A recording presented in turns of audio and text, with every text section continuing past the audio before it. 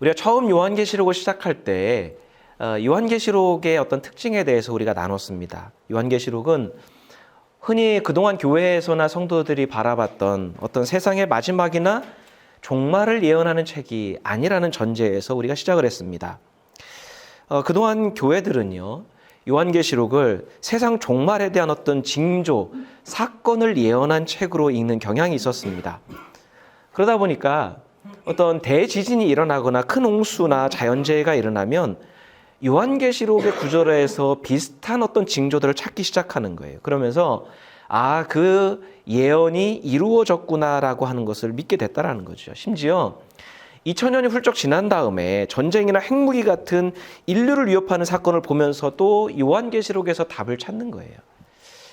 만약에 하나님의 말씀이 이 계시록의 책이 지금의 어떤 징조를 얘기하는 것이라고 한다면 그 당시에 주었던 2000년 전에 소아시아 지역의 7교회에게 주었던, 그리고 로마의 어떤 폭정에서 믿음을 지켰던 성도들은 어떻게 되는 것이고, 그리고 그동안에 오면서 2000년 동안에 말씀을 진리로 믿고 이 말씀 때문에 희생하고 헌신하고 믿음을 지키고 순교했던 그리스도인들의 삶은 어떻게 되냐는 거예요.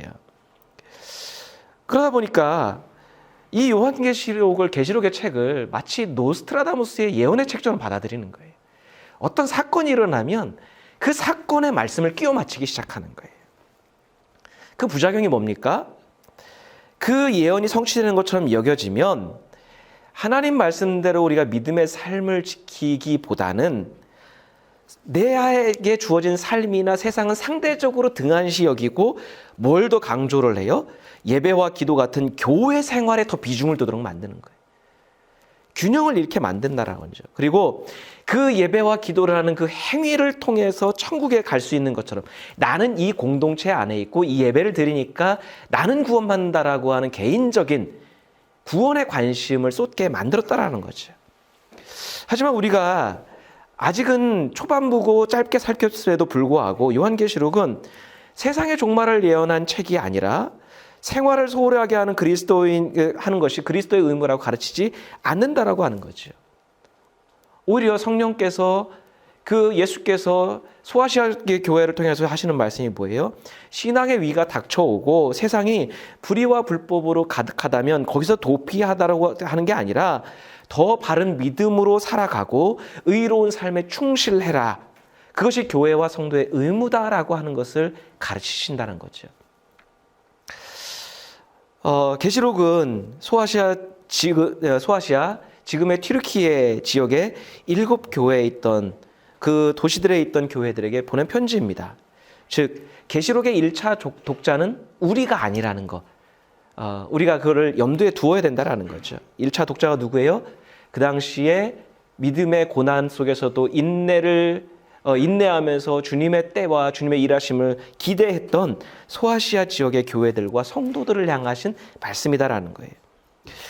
계시록은 그들이 처한 상황, 그들의 고민, 그들의 현재 신앙에 대해서 위로와 격려를 보내고 그리고 질책과 경고도 동시에 보낸다라고 하는 거예요. 7교회가 처한 공통적인 상황은 뭐였습니까? 황제 숭배로 대표되는 우상 숭배의 문제였다라는 거예요. 근데 우상 숭배는 우리가 흔히 어떤 타종교의 신상에 절하거나 제의에 참석하는 그런 단순한 문제가 아니라는 거예요. 여러분, 우리가 우상 숭배하면 보통 어떤 불상이나 타종교만을 생각하는데 우상의 본질이 뭡니까? 우상의 본질은요, 인간의 탐욕이에요. 탐욕의 표상이 우상이 되는 거예요. 더 부유해지고 더 강해지고 싶은 욕구를 그 우상 숭배를 통해서 이루려고 하는 거예요. 근데 부유해지고 뭔가 더 넉넉해지려고 하는 것은 인간의 본능입니다. 본성입니다. 그게 뭐가 문제가 될까요? 사실 그게 문제가 되는 게 아니죠. 문제는 뭐예요? 그 욕망을 이루기 위해서 하나님의 창조 질서를 무시하고 생명을 가볍게 여기고 때로는 불의와 불법을 통해서라도 그 욕망을 성취하려고 하는 게 문제인 거죠. 그게 우상숭배의 본질입니다. 어떤 교회와 성도들은 자신의 욕망을 위해 그런 탐욕에 넘어갔고 어떤 교회와 성도들은 욕망이 주는 충족함과 혜택을 거부하고 예수를 따라 진리를 선택해 고난을 받고 있다. 그것이 이 계시록에서 주는 메시지라고 하는 거예요. 근데 이러한 모습이 비단 그 소아시아 지역의 그 당시에 국한된 게 아니라 지금의 교회들과 성도인 우리들에게서도 나타나고 우리가 현재 경험하고 있는 것이니까 계시록은 여전히 우리를 향하신 살아계신 하나님의 말씀인 것은 당연한 이치인 것이죠. 오늘은 6번째 편지인데요. 빌라델비아 교회를 향한 편지입니다. 우리가 이제 또 지도를 매 시간 보고 있는데 지도를 보면 빌라델비아 교회는 우리가 지난 시간에는 사대 지역을 봤었죠. 거기에서 약간 동쪽으로 48km 정도 떨어진 곳에 위치한 도시입니다. 이 지역은 땅이 비옥해서 농사 짓기에 좋은 것이었고요. 또 공업도 발달해서 농업과 공업이 다 발달했으니까 이 당시로 보면 굉장히 부요하고 비옥하고 넉넉한 도시였던 거 알 수 있어요. 근데 지난 시간에 우리가 사대 지역에 큰 사건이 하나가 있었습니다. 기원후 17년에 예수님 활동하던 당시에 어떤 사건이 있었어요? 대지진이 일어났습니다. 지금과 같은 그런 큰 지진이 일어나서 물론 그 사대 지역이 중심이었지만 별로 떨어지지 않았던 빌라델비아에도 큰 영향을 미쳤습니다. 그래서 그 부유했던 도시에 많은 건물들이 대다수가 다 무너졌습니다. 삶이 열악해졌습니다. 그러니까 희망이 끊긴 거죠. 근데 이때 그들에게 은혜를 베풀고 구원의 손길을 베푼 사람이 누구냐면 로마 황제 티베리우스예요. 티베리우스가 이 빌라델비아 그 도시를 재건하도록 적극적인 후원을 했던 거예요. 자, 그러면 자신들이 가졌던 모든 것을 다 잃었습니다. 삶이 무너졌습니다. 근데 황제가 은혜를 베풀었어요. 그러면 이 도시의 분위기가 어땠을까요?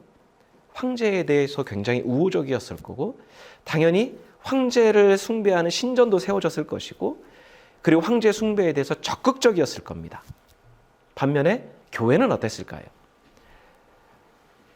황제 숭배의 본질을 알고 있었던 교회는 황제 숭배를 거부했을 거라고 생각한다면 이 도시를 향해서 어떤 후원과 지원이 있을 때 그리스도인들이라고 파악된 사람들에게는 당연히 지원이 없었겠죠. 모두 다 삶이 회복되고 있습니다. 삶이 넉넉해지고 있습니다. 근데 성도들은 교회는 어떻게 됐을까요? 그만큼 가난해지고 그리고 궁핍해지는 것을 경험했을 거예요.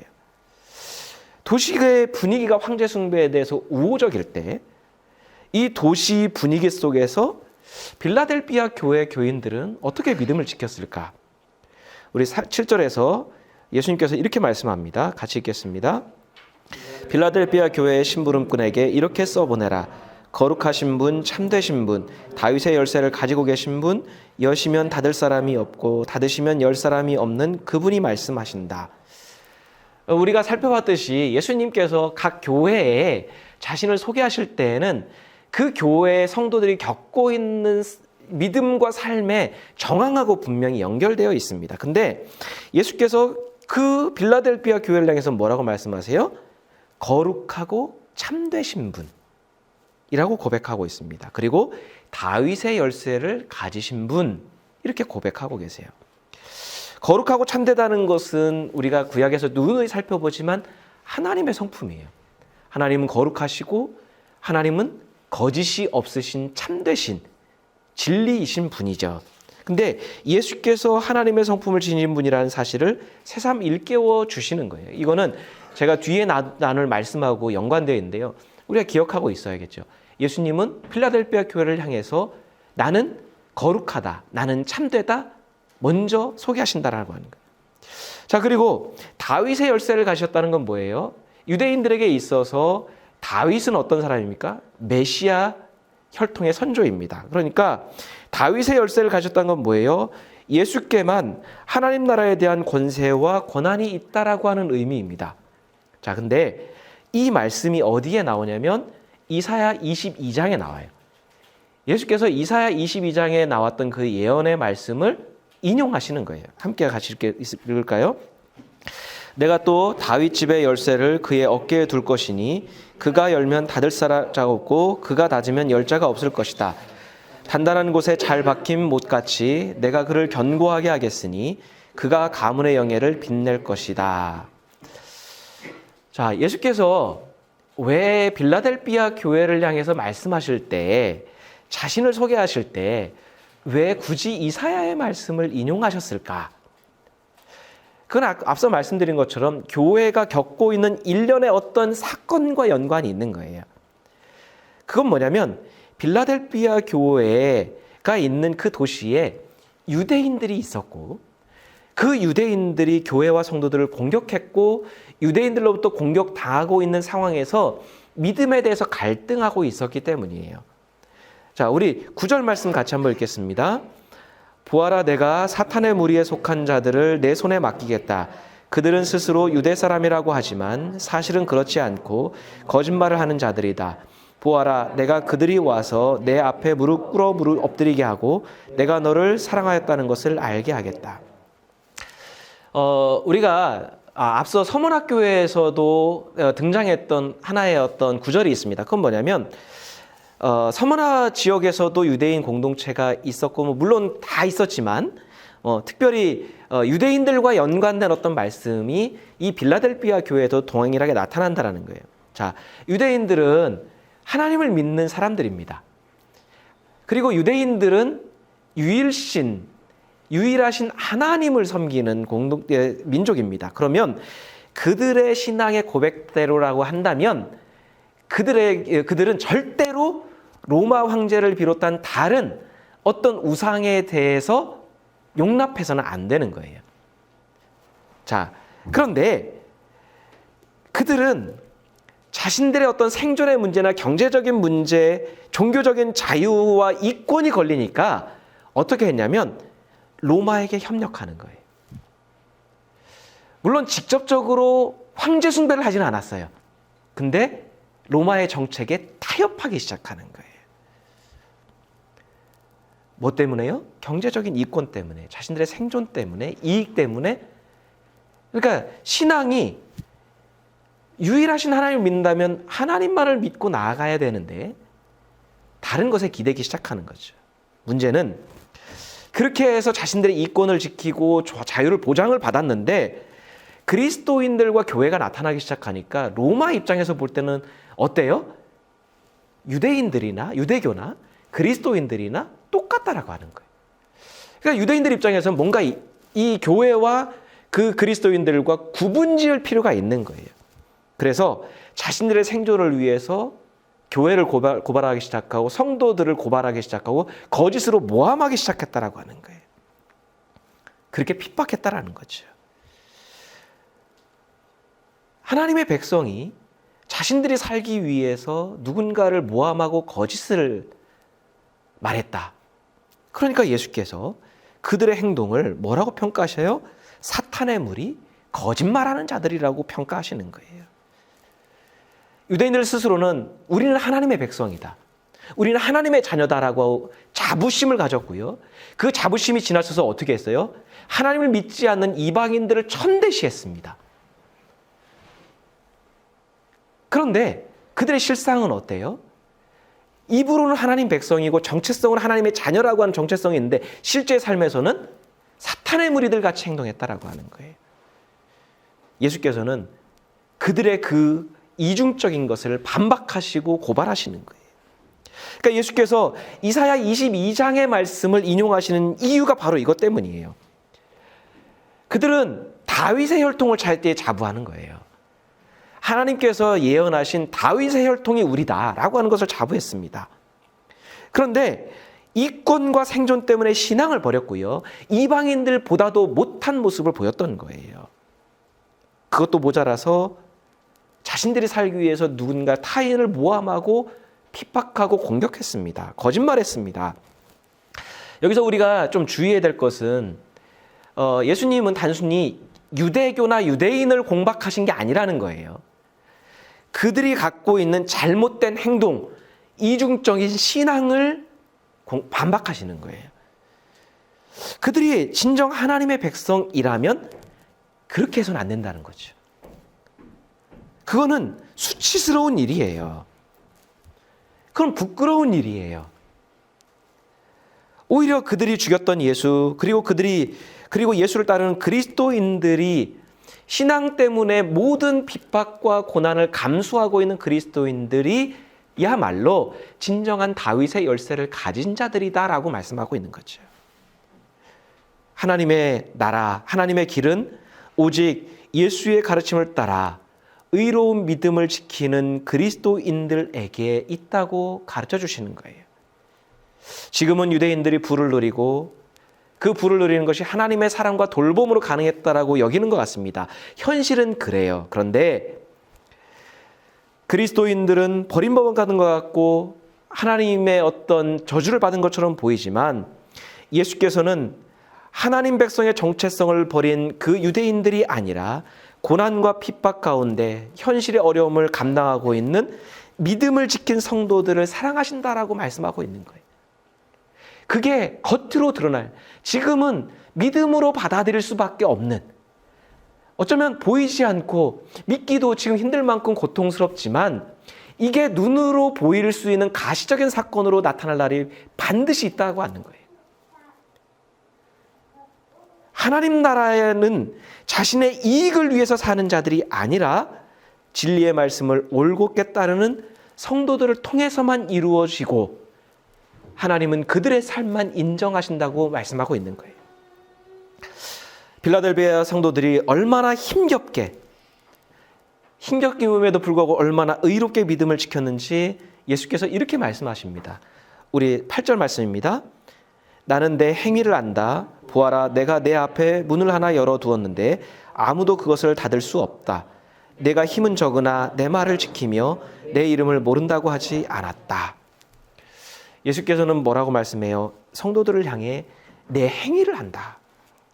그러니까 행위라는 건 뭐예요? 너의 삶에 곳곳을 다 안다라고 하는 거예요. 네가 어떻게 사는지, 어떤 고민을 떠안고 사는지, 무엇을 부담하며 사는지를 알고 계신다라고 하는 거예요. 그러니까 빌라델비아 교회 성도들은 예수께서 인정하실 만한 삶을 살았던 것 같아요. 근데 우리가 앞서 교회의 4가지 가치관이 뭐라고 했습니까? 믿음과 사랑과 섬김과 인내.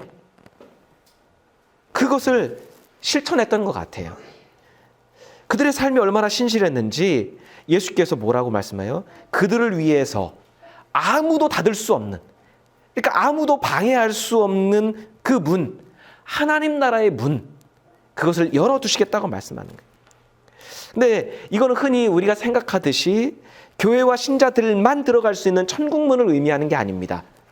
이 문은 하나님 나라를 의미하는 거예요. 그 하나님 나라의 문이 성도들에게 활짝 열려 있는 거예요. 이거는 신실한 성도들에게 허락된 것이고, 더 나아가 확장하면 뭐예요? 그것을 위해서 살아가고 있는 그 신실한 성도들을 통해서만 하나님 나라가 이루어져 가는 거예요. 이중적이거나 거짓을 행하거나 뭔가 이익 때문에 타협하는 그런 성도들이 아니라 하나님 나라는 누구를 통해서 이루어져 가요? 불편하고 그리고 어려운 불평등한 현실을 감당하면서도 진리를 버리지 않는 하나님 말씀을 따르는 그 성도들을 통해서만 하나님은 일을 하시고 하나님 나라를 이루어 가신다고 하는 거예요. 신실한 성도들의 삶이 이어지는 한, 다수가 아니더라도 소수의 성도들이 그 삶을 지키는 한, 하나님 나라는 이 땅에서 닫히지 않는다라고 하는 거예요. 어쩌면 하나님께서 이 땅을 향한 희망을 버리지 않으시는 것은 소수임에도 불구하고 그 믿음의 삶을 지키려고 하는 성도들이 있기 때문에 하나님도 그 문을 닫지 않으시는 거죠. 주님께서는 다른 누군가가 아니라 신실한 성도들을 통해 이루어 가시고 그들의 삶을 품으시고 사랑하신다는 그 사실이 우리에게 위로가 되고 격려가 되는 거죠. 자, 그런데 하나님 나라를 이루는 성도들의 여건이 어떠냐는 거예요. 보통은 우리는 어떤 넉넉한 환경, 여유가 있는 환경, 조건이 되고 뭔가 풍성하고 그리고 뭔가 행할 수 있는 것이 많아야 된다고 생각하는데 뭐라고 말씀해요? 내가 힘이 적다라고 하는 거예요. 빌라델비아 교회 교인들은 힘이 적었어요. 여건이 안 됐어요. 얼마나 열악했는지 짐작할 수 있어요. 짐작컨대 숫자도 얼마 되지 않았을 것 같고요. 가진 것도 없었을 것 같고요. 하나님을 위해서 뭔가를 시도할 수 있을 만한 환경도 아니었던 것 같아요.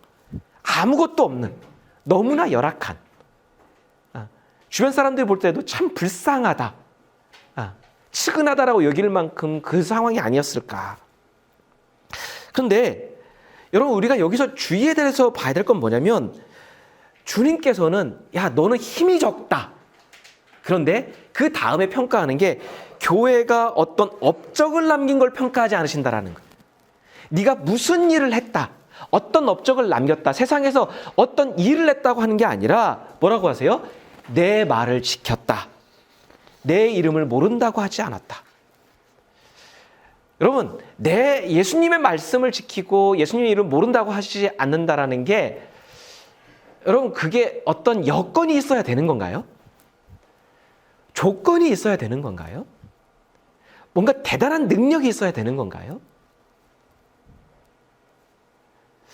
여기서 우리는 주님께서 우리에게 원하시는 우리의 믿음이 뭔지를 우리는 알 수 있어요.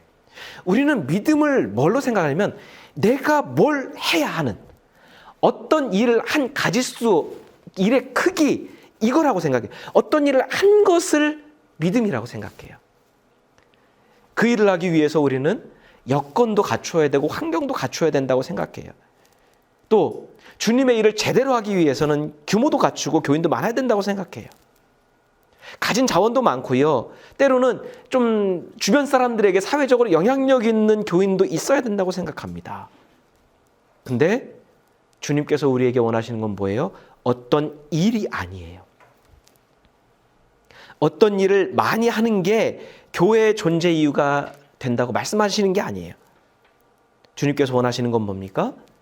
그냥 우리가 처한 환경에서, 매일의 삶에서 주님의 말씀을 그냥 지키는 거예요. 그냥 신실한 믿음으로 거룩하게 사는 거예요.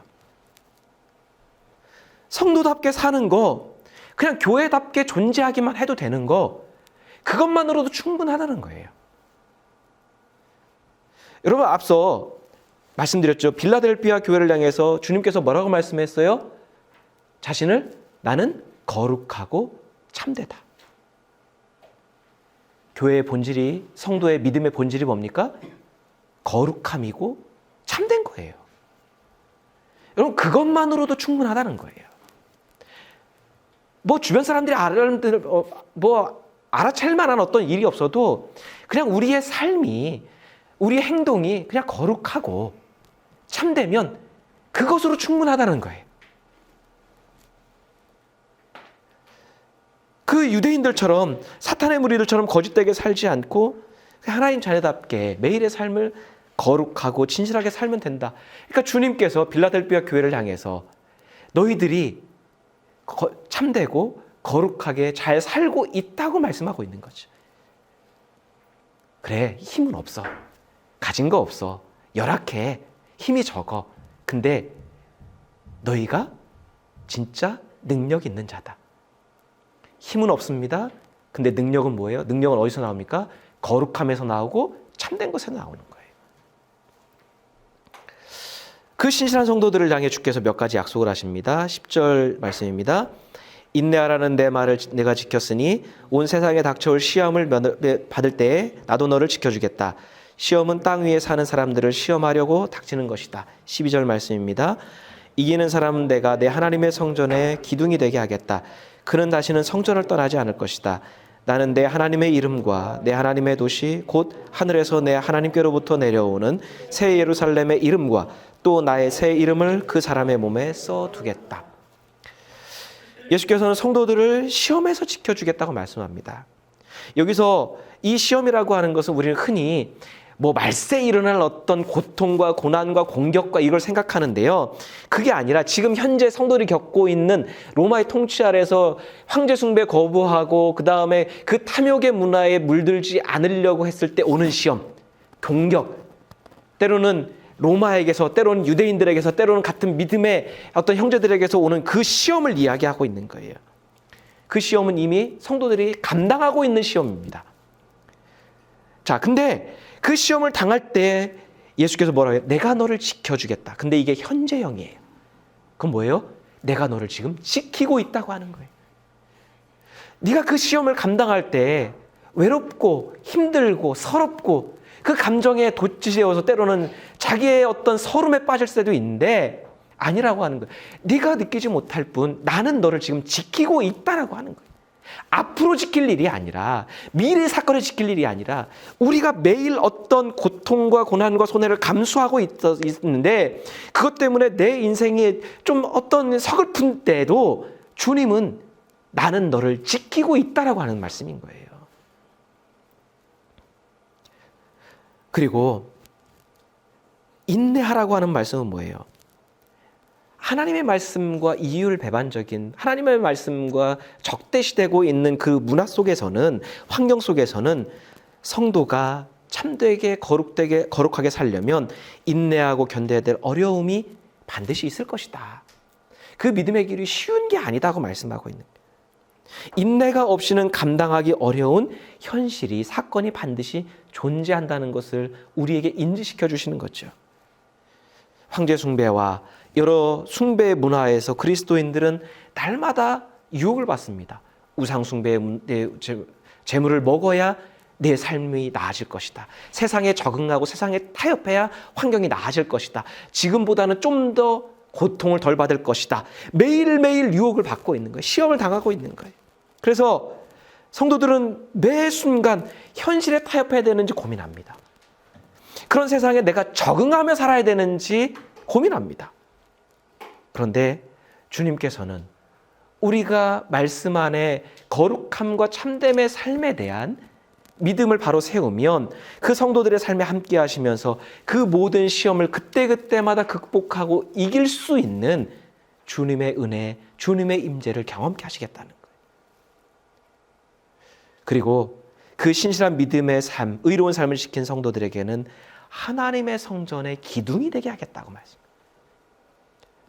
여러분, 기둥은 성전을 건물을 떠받치는 성전에서 떠받치는 가장 필요한 구조물입니다. 성전에서는요, 기둥을 뺄 수 없어요. 따라서 성전의 기둥이 되게 하셨다는 건 뭐예요? 그렇게 지금은 힘들게 고군분투하며 믿음의 삶을 사는 성도들의 삶을, 그 신분을 보증하시겠다는, 너희는 절대로 하나님 나라에서 빠질 수 없는 이들이다. 뺄 수 없는 존재들이다. 그러니까 하나님 나라에서 중요한 사람들이 누구입니까? 세상에서 주목받을 만한 일을 하거나 대단한 업적을 남기는 교인들이 아니에요. 남들이 인정할 만한 신앙의 행적을 쌓거나 남다른 은사와 능력을 받는 교인들이 아닙니다. 빌라델비아 교회 교인들처럼 매일 주님의 말씀을 지키는 교인들이에요. 매일 주님의 이름을 버리지 않는 그런 성도들입니다. 매일매일 주님의 가르침 때문에 인내하면서 신실한 삶을 살고 주님이 하셨던 것처럼 주변 사람들을 돌아보고 불의와 불법에 타협하지 않고 하루하루 말씀의 행적을 남몰래 그냥 새겨가는 그 성도가 하나님 나라의 일꾼이고 성전의 기둥이 된다라고 하는 거예요. 여러분, 아까도 말씀드렸지만 빌라델비아 교회와 서머나 교회는 책망 없이 위로와 격려만 받은 교회예요. 칭찬만 받은 교회인데 이 두 교회에 공통점이 있습니다. 우리 같이 한번 보겠습니다. 나는 내가 당한 환난과 궁핍을 알고 있다. 그런데 사실 너는 부요하다.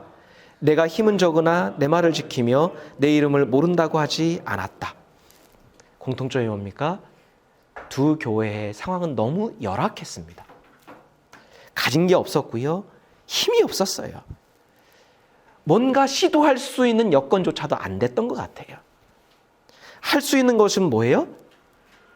주님께서 말씀하신 걸 그냥 지키는 게 다예요. 그냥 거룩한 믿음을 지키려고 인내하는 거, 그게 전부입니다. 그런데 게다가 이 두 교회의 특징은 뭐냐면 그렇게 신실하게 살려고 하니까 주변에서 놔두지 않아요. 유대인들이 공격하고요. 믿음을 무너뜨리기 위한 유혹들이 계속 끊임없이 있었다라고 하는 거예요. 그럼에도 불구하고 이익과 욕망을 따르지 않아요. 또 교회로서의 본질을 지켰어요. 내가 힘들고 내가 지금 상황이 열악하다고 해서 형제와 이웃을 돌보고 섬기는 일을 중단하지도 않았다고 하는 거예요. 이게 두 교회의 공통점입니다. 교회로서 성도로서 해야 할 믿음과 사랑과 섬김과 인내를 꿋꿋하게 드러나지는 않았지만 해나가는 거예요. 근데 주님께서 11절에서 뭐라고 말씀하냐면 그들이 붙잡고 있는 그런 믿음의 삶을 면류관으로 지칭하시는 거예요.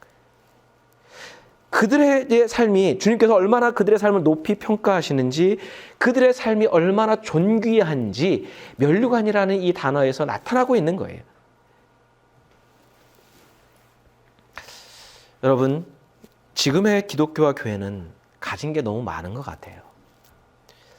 일부를 제외한 대부분의 성도들의 삶은요, 자신이 원하는 것을 할 수 있을 만큼의 경제적인 여유가 어느 정도 다 있습니다. 그것을 주님께서 주신 복이라고 믿고 고백합니다. 그런데 가진 것이 많아져서 오히려 교회와 신앙의 본질을 잃게 된 게 아닌가라는 안타까움이 있습니다. 가진 것이 많아지니까요, 엉뚱한 곳에 힘을 쏟기 시작하고요, 여유가 생기니까요, 교회로서 성도로서 해야 될 일보다는 하고 싶은 일에 좀 더 우리의 마음을 빼앗기는 것 같아요. 게다가 이미 우리가 가지고 누리고 있었던 것에 익숙해지다 보니까 이것을 지키기 위해서 본질이 아닌 것에, 때로는 의롭지 않은 일에 타협하기 시작하는 것 같아요. 역설적이게도 빌라델피아 교회나 서머나 교회는 너무나 열악하고 힘이 없었기 때문에 능력을 발휘했어요. 한국 교회도 아무것도 가진 것이 없었을 때 능력이 있었어요. 여러분, 우리가 꼭 열악하거나 힘이 없을 필요는 없습니다. 그게 능사는 아니에요. 그런데 이 두 교회가 보여주고 있고, 지금 우리가 교회와 기독교에서 고민하고 있는 현실을 감안했을 때 주님께서 말씀하시는 교회의 본질, 교회의 참 능력이 어디에 있는지는 우리가 다시 한번 깊게 되돌아보고 곱씹어볼 필요가 있다고 하는 거죠.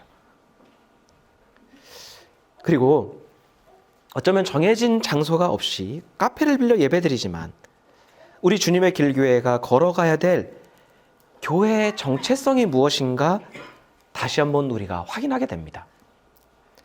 가진 것과 힘이 많아 능력을 상실한 교회보다는 힘은 없지만 능력을 발휘하는 교회가 우리의 걸음이 되어야 되지 않나. 다시 한번 우리의 걸음과 우리의 신앙을 되돌아보게 됩니다. 우리 같이 기도하겠습니다.